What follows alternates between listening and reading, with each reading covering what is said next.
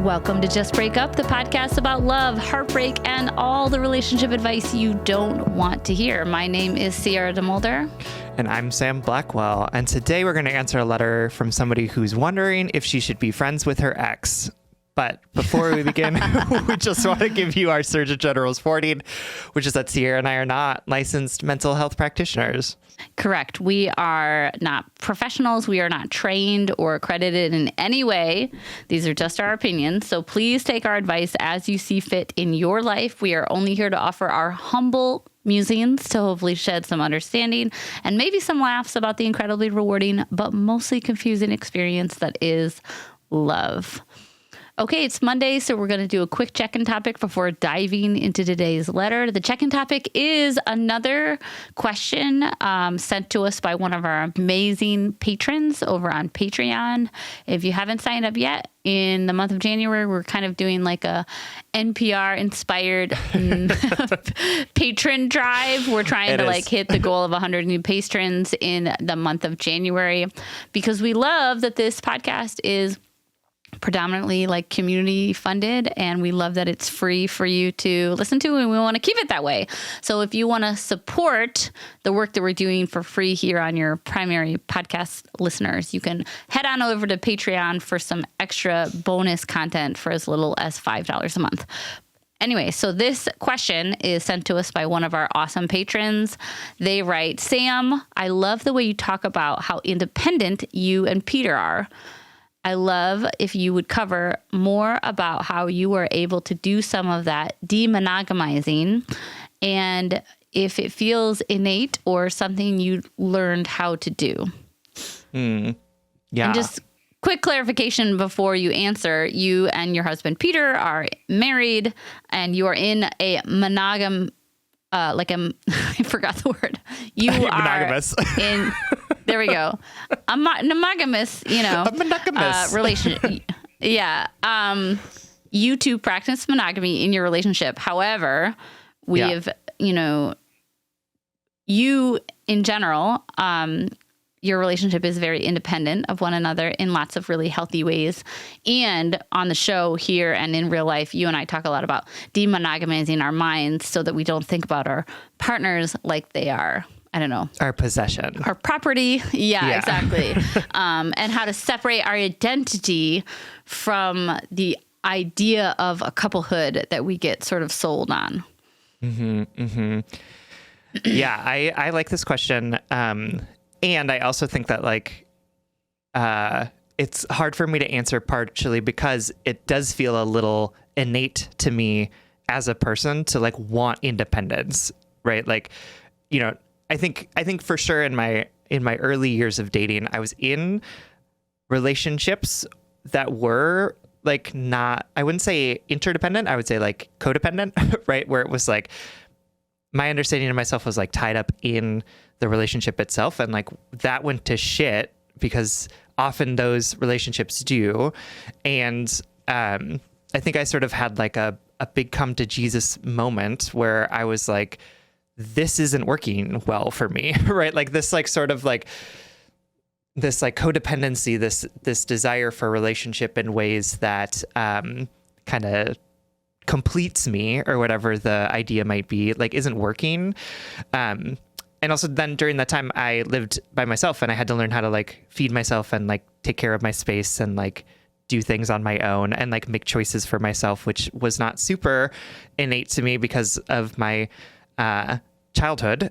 So that was a really big sort of come to Jesus moment where I was oh, I am capable of doing this alone, right? I am capable of going to the grocery store and getting everything that I need and planning meals for myself. I am capable of fixing my car when it's not working. And if I can't fix it, finding a place to fix it, right? All of these things that I would have been I need someone to help me through this. I was I don't have a choice. I got to figure out how to do this on my own. No one is coming to help me out. And I think that was really helpful for me to kind of build up my own understanding of my ability to take care of myself. And then entering into relationships after that, I was a very independent person. I think sometimes to a fault in some ways where I was I didn't want to let people in as much as I could have, partially because I was like, I really like this thing that I'm doing where I'm like taking care of myself. And I think part of my identity kind of got wrapped up in my own ability to be independent. And like, I think being with Peter, being in like a relationship that feels supportive and sustainable has also taught me to like let people help me more, right? Like be okay with letting people into what I'm thinking about or feeling or what I need help on. And like that has been really helpful. But I will say that like getting out of that really codependent relationship, which then turned into a codependent, like cohabitating situation, right? Because I lived with that person for 2 years after we broke up. Don't do that. It's not a good idea. I like went to therapy and was like, I feel so like responsible for this person in a way that doesn't feel healthy and doesn't feel supportive, and like had to have some really hard conversations with my therapist about like codependency and about like developing my own sense of self and being like, why do you feel so responsible for this person who's like not actually in your life and isn't actually like making your life better? Like they're just like kind of making it worse. And so I had to kind of learn some stuff about like my own tendencies to like want to fix people, to like take care of people, and that like that's not my job in a relationship. Yeah, that makes a lot of sense. So when you got with Peter, you were kind of, you had recognized that a certain level of independence was really good for you, was really good for your mental health. But you just said too that like you had to learn how to let people take care of you. Do you remember having any conversations with Peter? Like, is Peter naturally independent as well? Or was this like a learning curve in your relationship? I also want, like, maybe before you answer that, maybe we can kind of give some examples about like what this independence looks like for people who are like, what does that mean? Like, what does being independent in a relationship look like? Because I know I can identify it thinking about your relationship too, pretty easily because of the markers that I see in your relationship. For sure. Yeah. I think, like Peter and I have rich social lives that intersect and also are divergent. And like, we have a group of friends, but we also have like friends outside of those friend groups that like neither of us like is part of, right? Like we know each other and like we can hang out with those people, but like, we're each cultivating our own relationships outside of our relationship. We spend time apart, both like Peter's going out with our friends and I'm like, I'm too tired and I don't want to do that, or like vice versa. Like that kind of stuff happens. Like, Peter goes on coffee dates with people like during the day and it's like, cool, I don't really know that person. Like, go for it. Like that sort of independence. Like we'll take solo trips, right? Like where one person will stay home and the other person will like literally like go someplace else across the country or whatever. Yeah. And we kind of have this like sort of way that we operate with each other where it's like, we don't go to the grocery store together, like we don't necessarily like need to do every task together. It's kind of like we each have our kind of spheres of work that we do in the household that we either enjoy doing or can like tolerate doing. And we kind of just like do those things, right? We ask for help if we need it, right? Like if Peter usually does the grocery shopping, and if he can't, he'll be like, can you do this? And I'll be like, absolutely, for sure. But it's not like we're spending every day kind of like figuring out how we co-manage our house together or like how we co-manage each other. Like it feels like we're just two very different people who love each other and love to be with each other and also like really also enjoy operating in our lives in ways that we want to. And we're both cool with that with each other. Yeah. Yeah. I think it's like taught me a lot about interdependence too, that like, I love that you are a couple that you don't always, there's couples that do everything together, which is fine.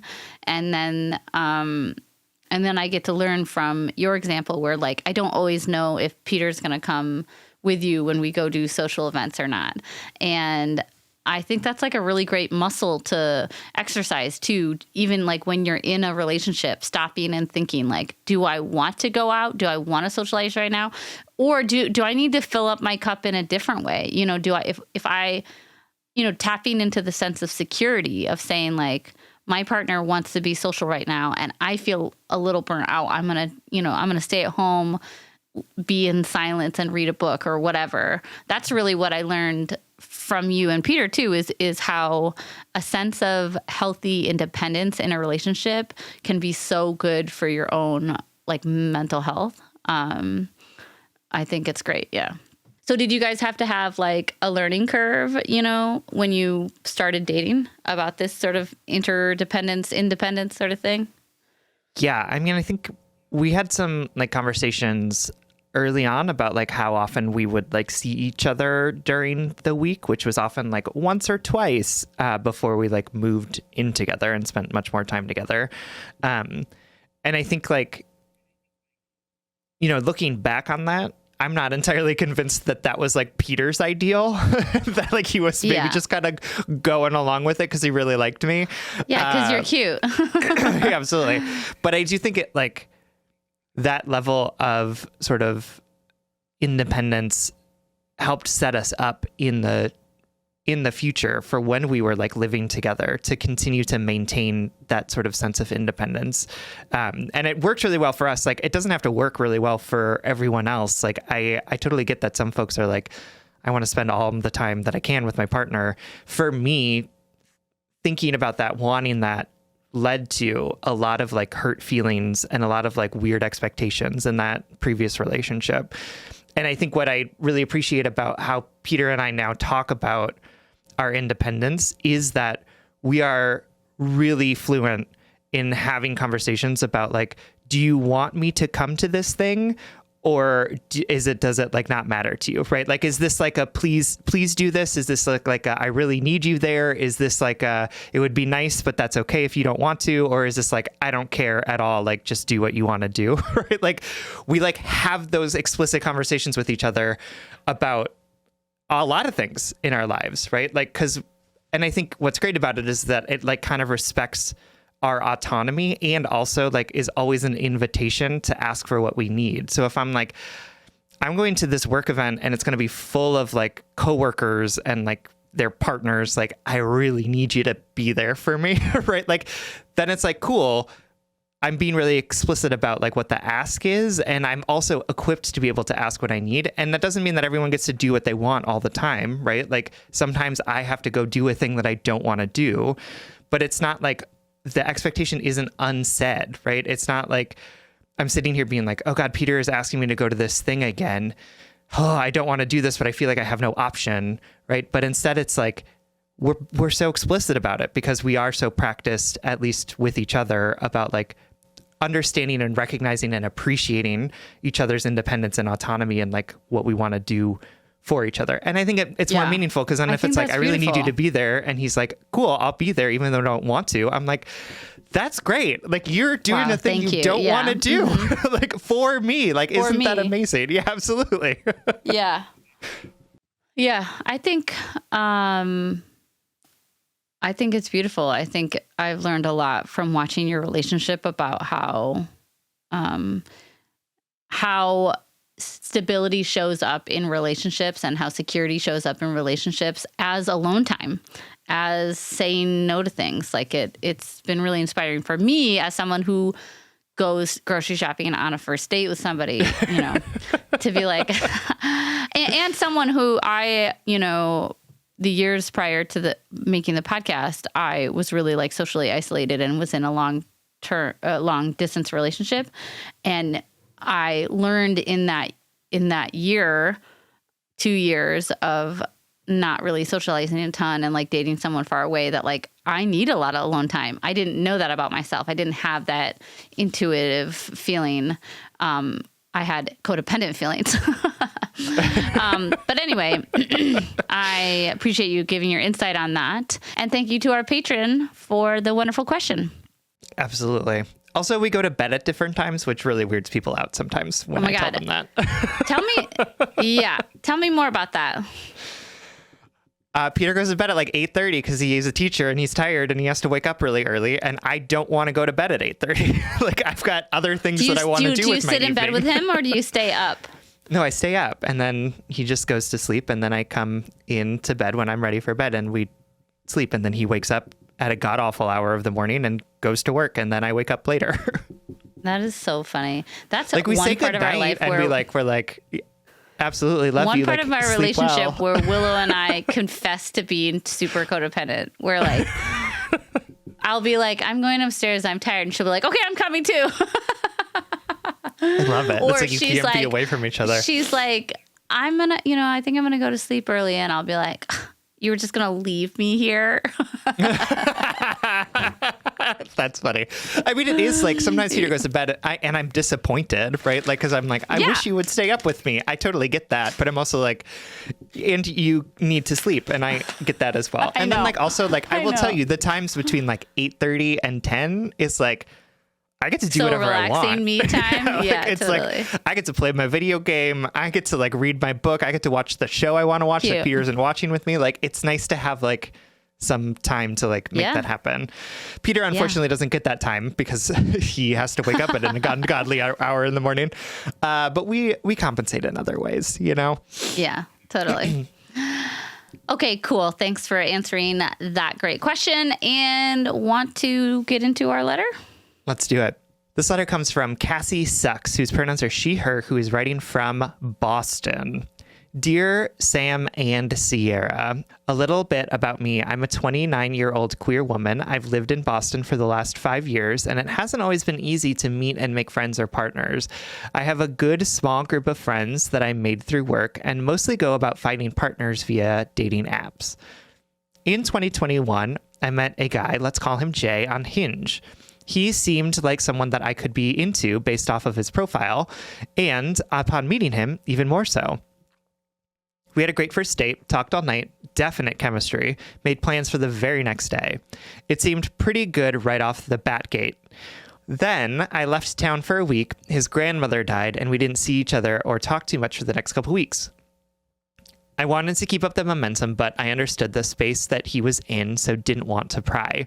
He would message me and reach out wanting to hang out, and sometimes he would follow through, and other times he would bail and flake on me.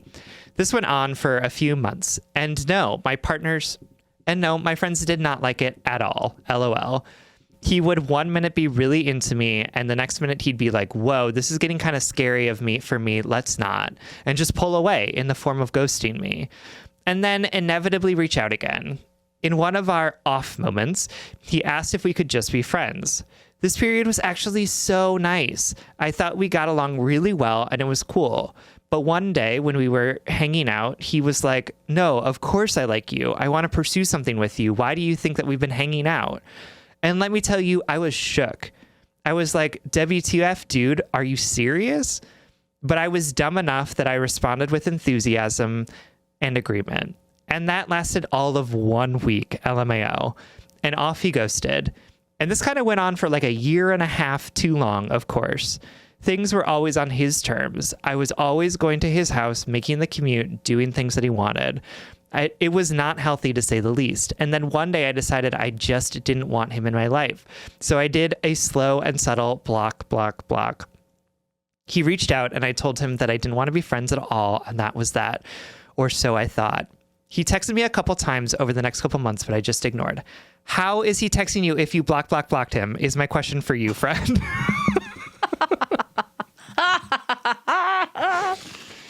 That was early this year. Then a month ago, November 2023, he requests to follow me on Instagram. Again, how is he requesting to follow you if he's blocked? And they're an OG listener, so they know what you're going to ask them to do. And I'm so confused. We love you. I just accept, but I don't follow back. He ends up liking my stories and posts most days, and he doesn't say anything. I found this as infuriating as anyone else would, of course. And then yesterday, he finally writes me a message. He asked if I'd be into a catch-up in the new year. I asked him if he was still the same person who hurt me, and he kind of apologized. But he did say, I can apologize 1,000,000 times in the apology, which I think kind of ruined it. Anyway, I'm finally at my question. Do I hang out with this guy and do a catch-up? My friends are vehemently against it, LOL. I know I do not want to have a romantic relationship with this guy who is unsafe for me, but I'm debating if I should withhold my friendship from someone who is reaching out and trying. I don't know. What do you think? It's the new year. Should I leave this guy in the past? Should I give him a 57th try or a clean slate? I don't know, y'all. Help me out. I will appreciate any and all musings you have. Love, Cassie. All right, Cassie, thank you so much for writing, for listening all these years, and for trusting us with this letter. Listen, my friend, I love the human spirit. Let me tell you, I love the human spirit that you were like, fed crumbs for an entire year. And you're finally like, you know what? No, I want a meal. I'm going to cut this person off. And then they like crawl back into your life and all of your friends are like, absolutely not. And even you're like, you are making the most self-aware jokes. Like, should I give him a 57th try? And I got to call you out on your like subconscious writing here. You were like, I know I don't want like a romantic relationship with him, and then the language is, should I give him a 57th try or a clean slate or leave this guy in the past? Like, if you didn't want a romantic relationship with him, it wouldn't be a big deal to say no. Do you know what I mean? Like, Let's just be real for a second. But anyway, this is all to say, you are in a pickle, but it's your pickle. You get to decide what this pickle looks like. You have agency in this. And we're going to give you some advice on how to tell this guy to fuck off. No, just kidding. We're going to give you some advice on how to navigate this person while subtly or not so subtly reminding you that your experience of them has been 100% real. That it's been real, his treatment of you, right? And that we can't cash a check off potential. But first, we're going to take a quick break.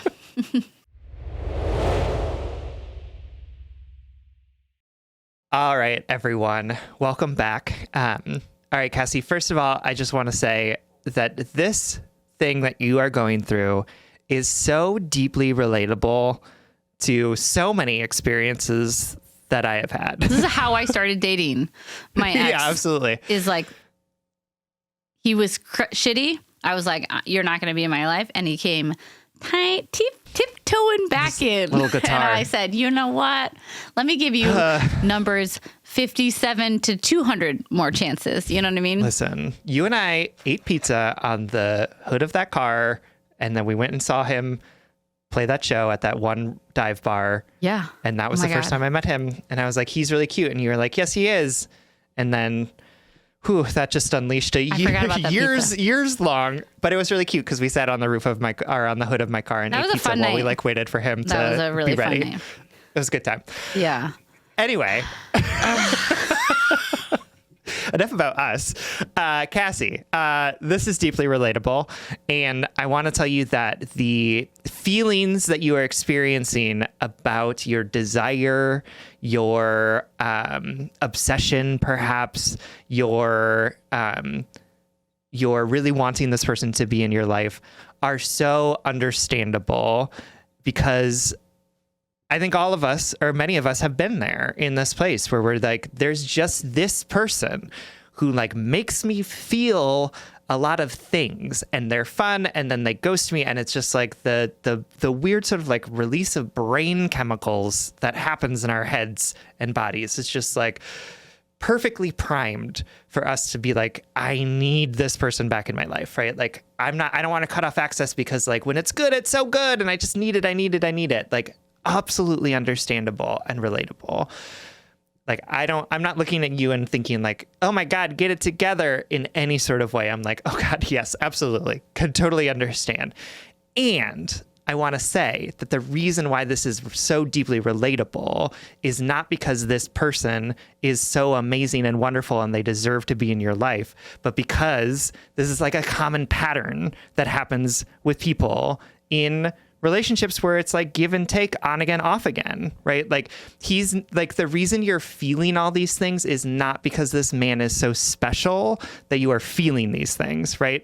You are feeling these things because of the dynamics that are currently happening in this relationship. He's nothing. Like, I'm sure he's fine. Like, I'm sure he's fun to hang out with, but like, you could swap him in for any like non-committal dude and the feelings would probably be the same is what I'm telling you. Like, he is not special. He is just a guy who's like really good at stringing you along. Like, that is the long and short of it. And I'm sure he's got like talents and like redeeming qualities and like all those things. Right. Absolutely. Like, I'm really like, and if he were in front of me, I would be interested in that story. Absolutely.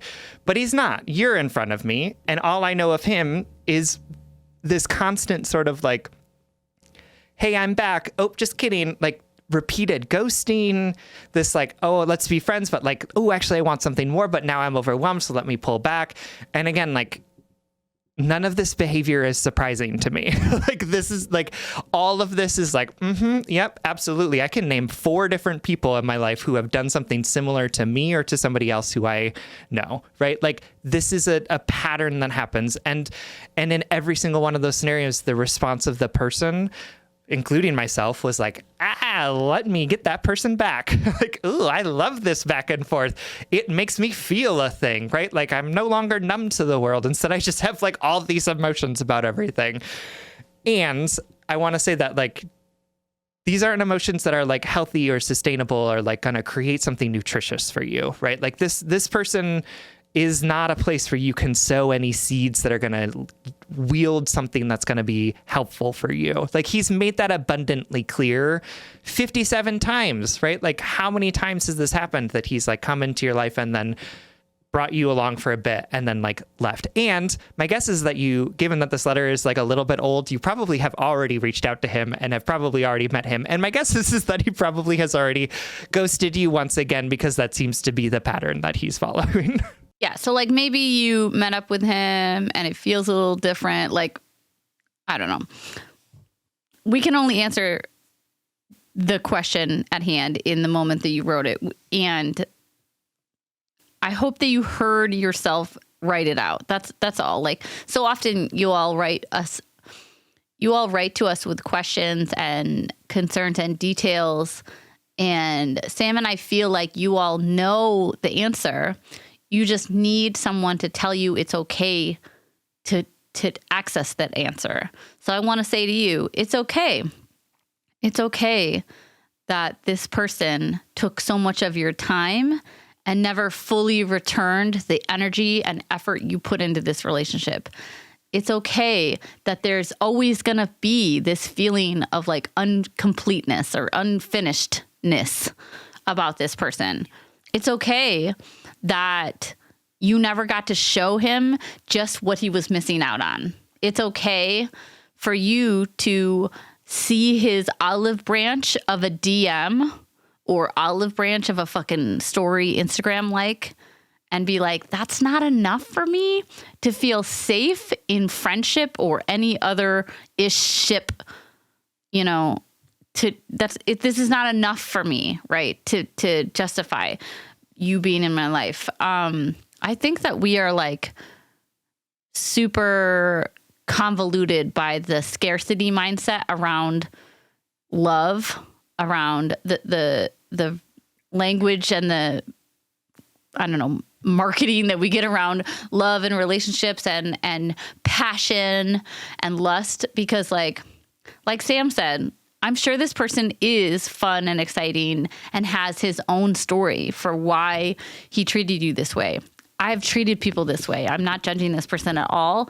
And also, he's just like a drop in the bucket. He's just like another dude to us, to the people on the outside. You know, Sam might have sounded like a little harsh by being like, he's a nobody or whatever you said. But like, what I'm trying to say is like, why, for what truthful reason do you think this person deserves your 57th try? What evidence do you need from us, two podcast strangers, that you don't already have access to in your own repertoire of experience, right? And like I said earlier, people write in knowing the answer. which is okay, which is totally, I'm a total external processor. I can rarely make a decision on my own without running it by other people first. So I just want to tell you, it's okay. You have the evidence. You have the willpower. You have the right. You are well within your means to say, I put a lot of energy into this pseudo relationship, pseudo friendship, and I just feel like my energy is spent better elsewhere. And I know that I'm sort of like being harsh in how I'm talking about this person. And I know that that probably doesn't jive well with your experience of him, right? Because there's obviously reasons why he's alluring to you, right? There's like obviously reasons why you would want him to be in your life. And I will say that like Sierra said, it doesn't sound to me like those reasons are outweighing the way that he's treating you, right? And I want to say this explicitly, like he's being mean to you.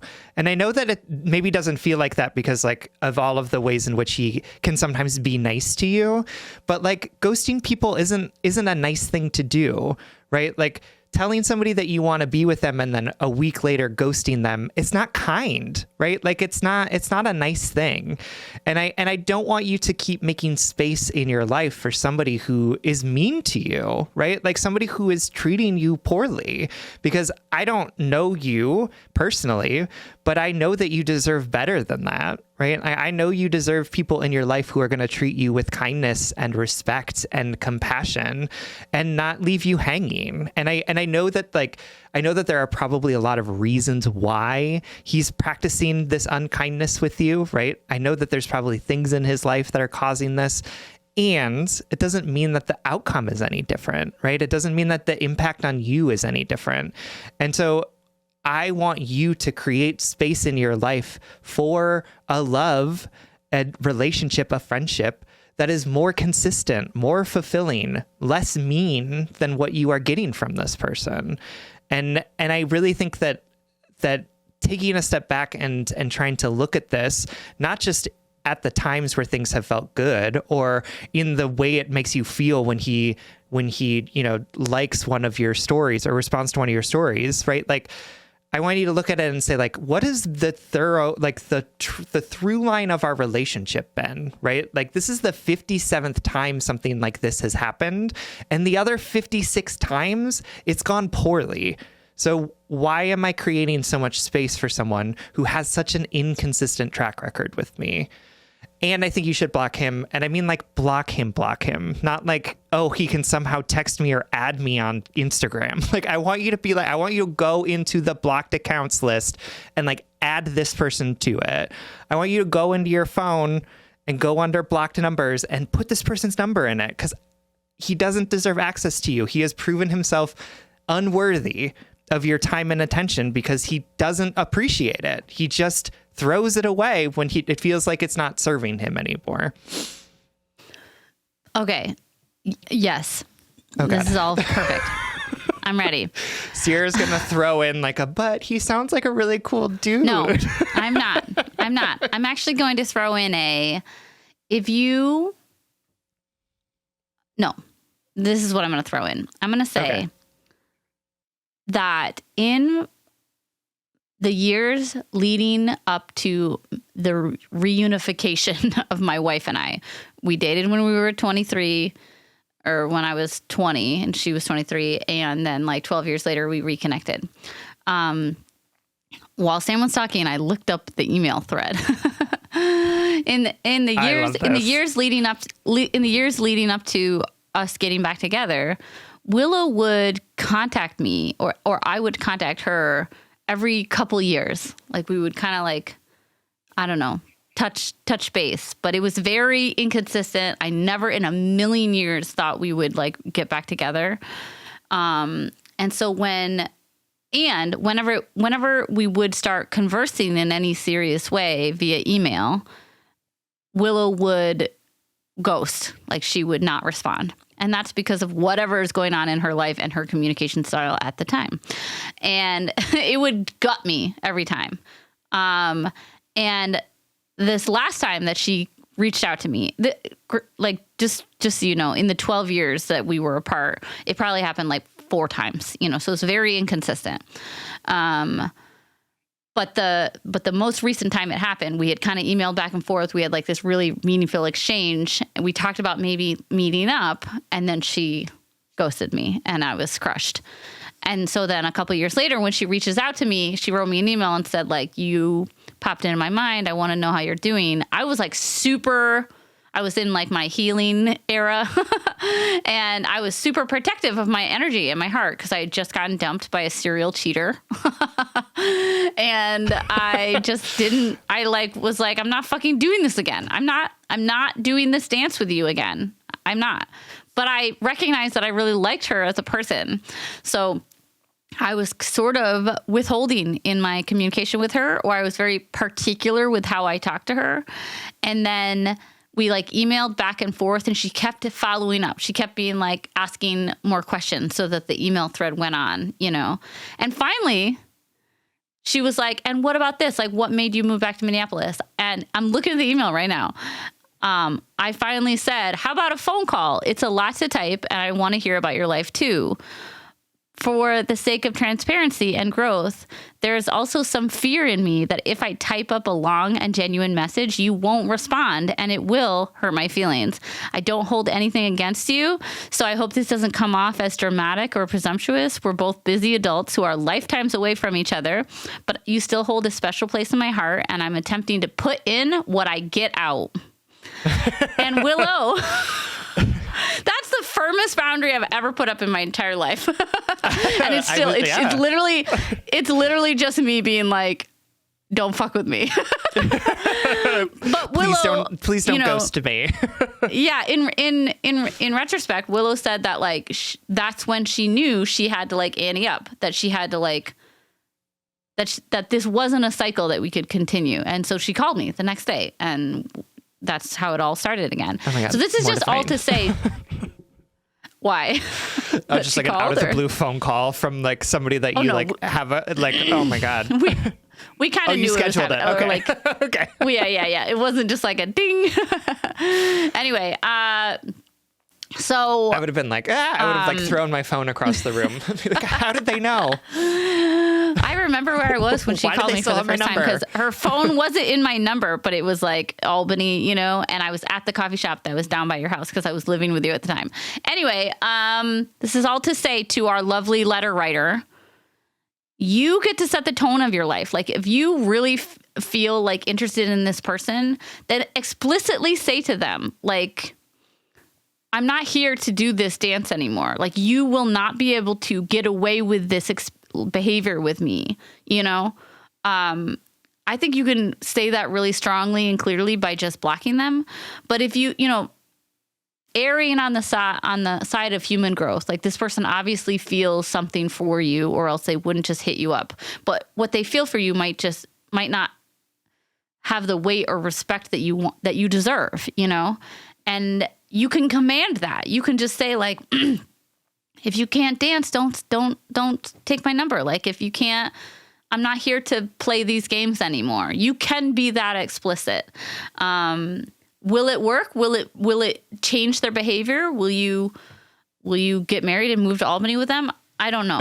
But I do know that it's also going to start with you. I'm thinking about that letter that we answered to the person who was frustrated with she's a single mom. She's dating somebody who wasn't like carrying their weight in the household. And Sam was like, how do you get him to help with the dishes? You stop doing the dishes. You know what I mean? Like not in a vindictive way, but like she kept asking her partner to like step up and do chores, but then she would always do them, you know? So she had to be the cycle breaker, and you have to too. You have to put into your life what you want out, which is honesty, boundaries, energy. And if that's not reciprocated, they're booted. They're kicked out. I think that's great. All right, my lovely. We know that we like went super hard on you. And this is literally just a question asking us like if you should have coffee with this dude, but it's a cycle and we want you to break the cycle for your own happiness. We love you, yes, and we hope this helps. Thank you so much for writing. All right, everyone. Thank you so much for listening. If you want more content from us, or if you would like access to our office hours, which is when we hop on Zoom and have a fun conversation with folks who are our patrons, you can always support us on Patreon. If you support us on Patreon for as little as $5 a month, you'll get an additional bonus weekly episode, as well as access to the backlog of all of those episodes. There's more than 100 at this point. And you get access to those monthly office hours. That's patreon.com/justbreakuppod. You can slide into our DMs, send us your favorite relationship memes, but most importantly, you can submit your questions about all matters of the heart at justbreakuppod.com, which is also where you can find our merchandise. Please remember to like, follow, subscribe, give us a 5-star rating and review. This literally keeps our mics on and helps us reach more brokenhearted souls who need two random strangers giving them relationship advice. Just Break Up is a production of Duvid Media, original music, recording, editing, producing, all magical things by our good friend Spencer Worth Davis. Make sure to check out his podcasts and music. And remember, you get to break patterns in your life. You get to do something differently. You have all of the permission in the world to take note of what's happening in your life, what's being repeated, what's being enacted on you that you don't like. And you can pull the plug. You can say, I don't want to participate in this anymore. Sam and I believe you. 57 tries is a lot of tries. And if all else fails, just break up.